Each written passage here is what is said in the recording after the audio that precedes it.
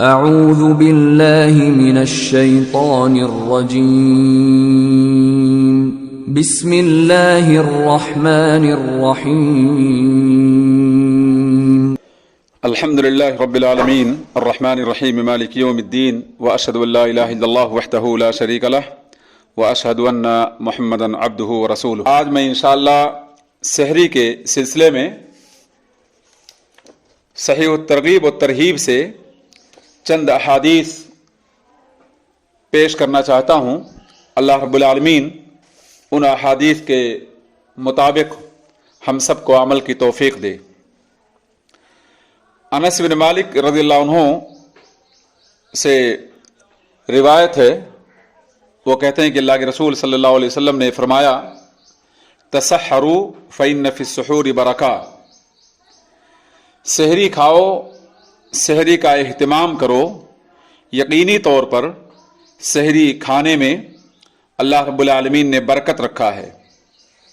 سحری میں برکت ہونے کا معنی بہت واضح اور عیاں ہے، کیونکہ سحری روزے میں اس کے ذریعے قوت پیدا ہوتی ہے اور روزے دار کی زندگی میں نشاط چاق و چوبند ہوتا ہے وہ انسان، اور سحری کھانے ہی کی وجہ سے مزید روزہ رکھنے کی رغبت پیدا ہوتی ہے، اور سحری کھانے والے انسان کی زندگی میں مشقت کی، پریشانی کی کمی آتی ہے، اور بھی کئی فائدے اس سحری کے اس کے بابرکت ہونے میں بیان کیے گئے ہیں۔ یہ حدیث امام بخاری رحمہ اللہ اور امام مسلم رحمہ اللہ کی صحیح میں موجود ہے، اور صحیح الترغیب میں 1063 پر اس حدیث کو دیکھا جا سکتا ہے۔ دوسری حدیث جو عمرو بن العاص رضی اللہ عنہ سے مروی ہے، وہ کہتے ہیں کہ اللہ کے رسول صلی اللہ علیہ وسلم کا ارشاد گرامی ہے، فصل ما بین صیامنا و صیام اہل الکتاب اکلۃ السحری، ہمارے روزوں اور اہل کتاب کے روزوں کے درمیان سحری کھانے کا فرق ہے۔ یعنی اہل کتاب سے مراد یہود اور نصارہ، وہ لوگ بھی روزہ رکھتے ہیں، لیکن ہمارے روزہ رکھنے میں اور یہودیوں اور عیسائیوں کے روزہ رکھنے میں جو فرق ہے بنیادی طور پر وہ یہ ہے کہ ہم لوگ سحری کا اہتمام کرتے ہیں، سحری کھاتے ہیں اور نبی صلی اللہ علیہ وسلم کے حکم پر عمل کرتے ہیں، جبکہ اہل کتاب بغیر سحری کے روزہ رکھنے کا اہتمام کرتے ہیں۔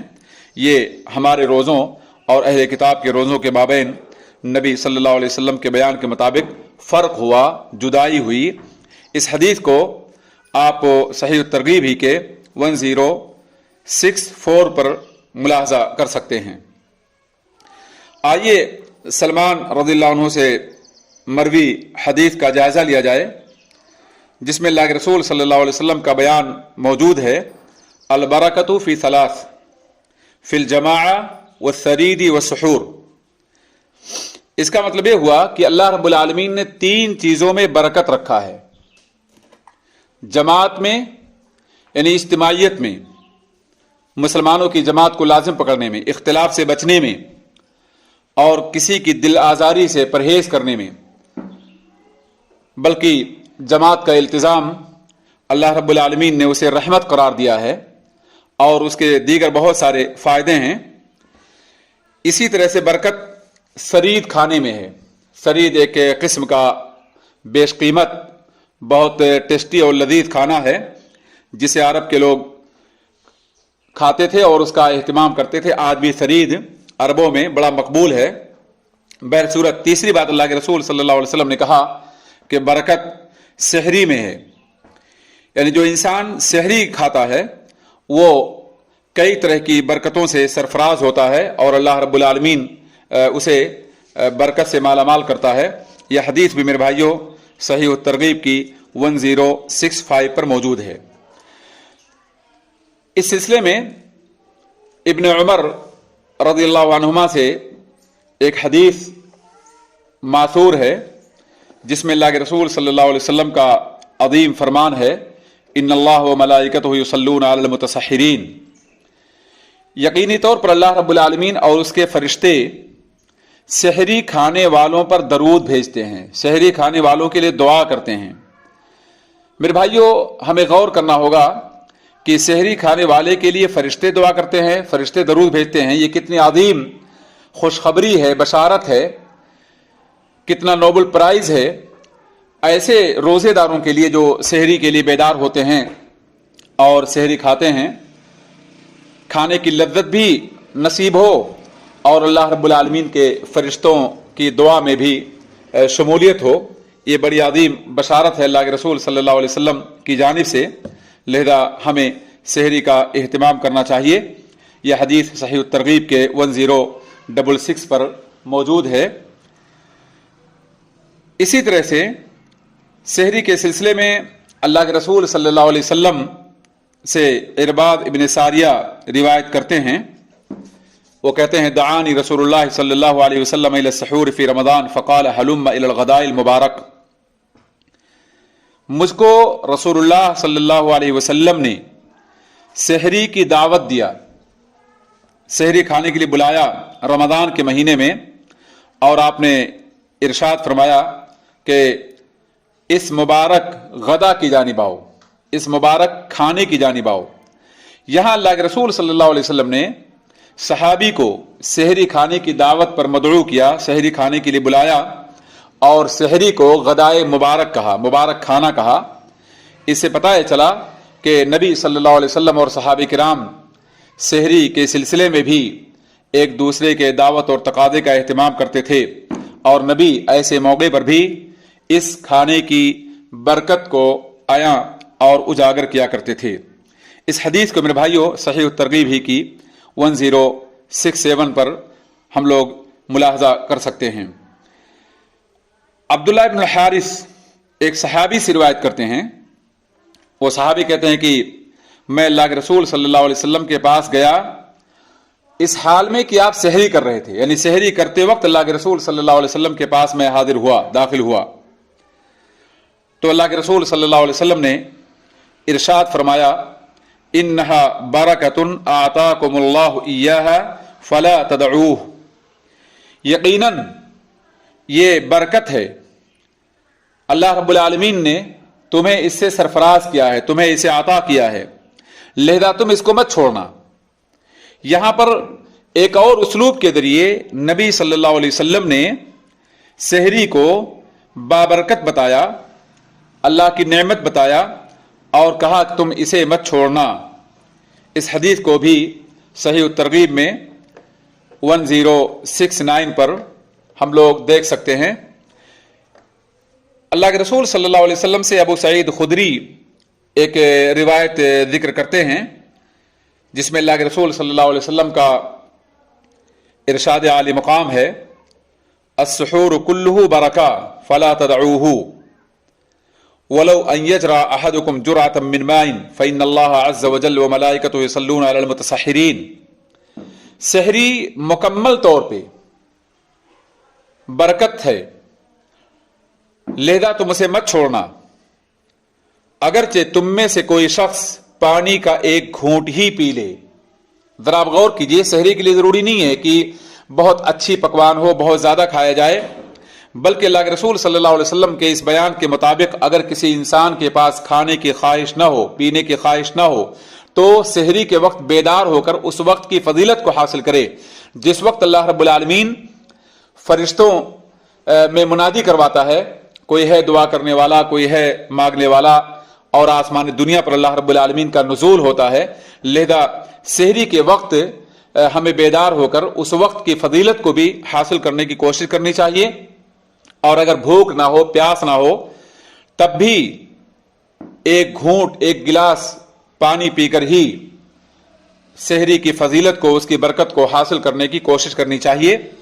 क्योंकि अल्लाह के रसूल सल्लल्लाहु अलैहि वसल्लम का फरमान, अगरचे तुम में से कोई शख्स पानी का एक घूंट ही पी ले, क्योंकि अल्लाह अज़्ज़ व जल और उसके फरिश्ते सहरी खाने वालों पर दरूद भेजते हैं, सहरी खाने वालों के लिए दुआएं करते हैं, सहरी खाने वालों को अल्लाह रब्बुल आलमीन अपनी रहमत में जगह देता है।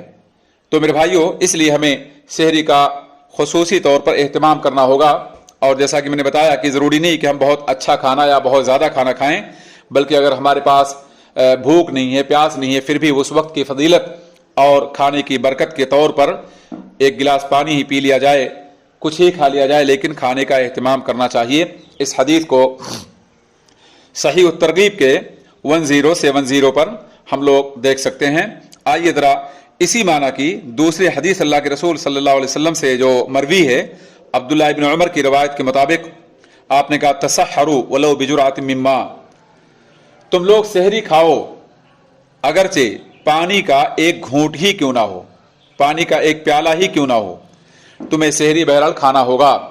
मेरे भाइयों, सहरी में अगर किसी इंसान को खजूर नसीब हो, अल्लाह ने उसे तौफीक दिया हो, उसके पास खजूर हो, तो अल्लाह के रसूल सल्लल्लाहु अलैहि वसल्लम ने खजूर खाना सहरी में बेहतरीन अमल, सबसे बेहतर सहरी आपने करार दिया है। एक तरह से आपने गोया खजूर खाने की तरगीब दिलाई है। अबू हुरैरा रज़ियल्लाहु अन्हु से रिवायत है कि अल्लाह के रसूल सल्लल्लाहु अलैहि वसल्लम का फरमान है, निअमा सुहूरुल मुमिनी अत्तमरु, मोमिन का सबसे बेहतरीन खाना सहरी के लिए तमर हुआ करता है, खजूर हुआ करती है। यानी मोमिन की सबसे बेहतरीन सहरी तमर की शक्ल में हो। लिहाजा मेरे भाइयों, हमें सहरी के सिलसिले में इन बातों का ख्याल करना होगा। और एक चीज और जिसके बारे में आज लोग गफलत का शिकार हैं और उस गफलत के नतीजे में बहुत बड़े अज्र से महरूम भी हो जाते हैं, वो बात यह है कि हम में से बहुत से लोग सहरी फजर से बहुत पेशतर कर लिया करते हैं। यानी सहरी के वक्त का जो एंड है, इख्तिताम है, उससे बहुत पहले लोग सहरी खा लेते हैं और फिर जिस्म बोझल होता है, सोने के लिए इंसान मजबूर होता है।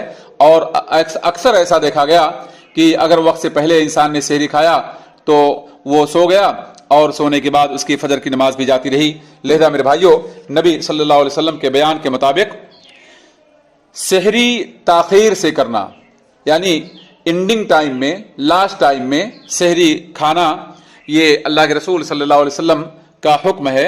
आपने इसी की तरगीब दी है।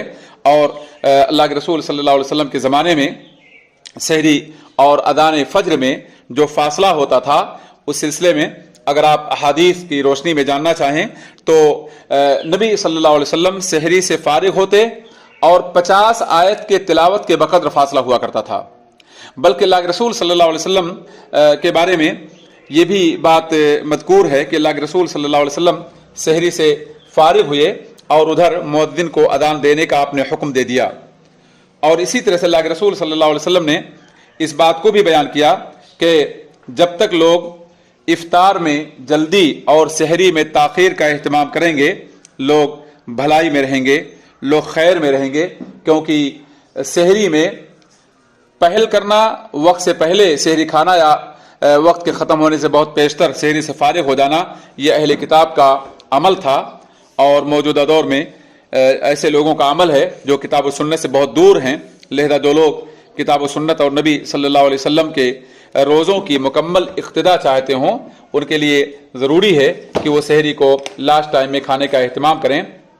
इस सिलसिले में एक बात और जिसको हदीस में जिक्र किया गया है, वो बात यह है कि अल्लाह के रसूल सल्लल्लाहु अलैहि वसल्लम ने इस बात को भी बयान किया कि अगर कोई इंसान ताखीर से बेदार हुआ और सहरी का पानी उसके हाथ में है या लुकमा उसके हाथ में है और मुअद्दिन के अदान को सुन ले, तो ऐसा नहीं कि वो पानी फेंक दे या लुकमा वो उगल दे, बल्कि अल्लाह के रसूल सल्लल्लाहु अलैहि वसल्लम ने कहा कि वो अपनी हाजत को पूरी कर ले, वो अपनी हाजत को मुकम्मल कर ले, पानी को पी ले, लुकमे को खा ले, इससे उसके रोज़े पर कोई फ़र्क नहीं पड़ेगा।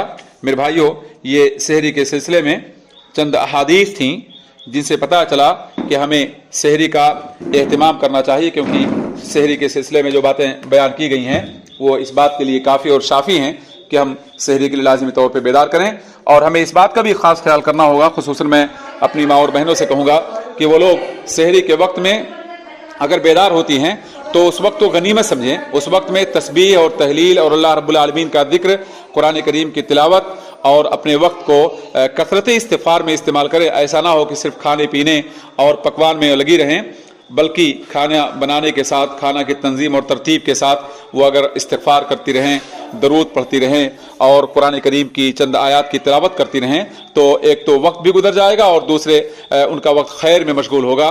ثواب اور نیکیاں ان کو حاصل ہوں گی.